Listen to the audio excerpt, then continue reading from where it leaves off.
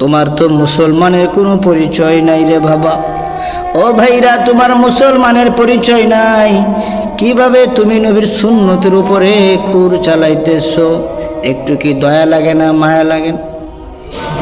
আমার নবী, বিশ্ব নবী, উম্মতের জন্য তায়েফের ময়দানে কাফের বেদিনের নির্যাতন সহ্য করেছেন, রক্ত ঝরিয়েছেন।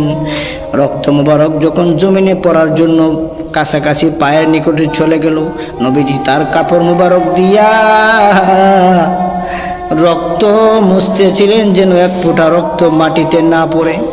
যদি এক ফোঁটা রক্ত জমিনে পড়ে যেত, তায়েফের ময়দানে কিয়ামত পর্যন্ত কোনো ফসল হতো না।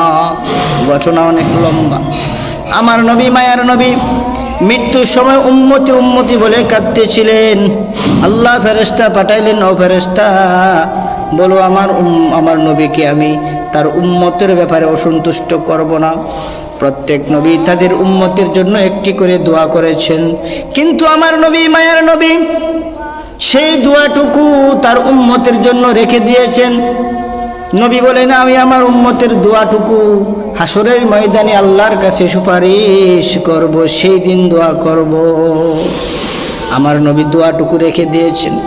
বাজান, নবীজিকে মহব্বত করে, নবীর সুন্নতকে মহব্বত করে সেই দোয়া পেতে চাইলে আজকে থেকে নিয়ত করব, বাবারা, ভাইরা, কোনোদিন নবীর সুন্নতের উপরে ছুরি চালাবো না।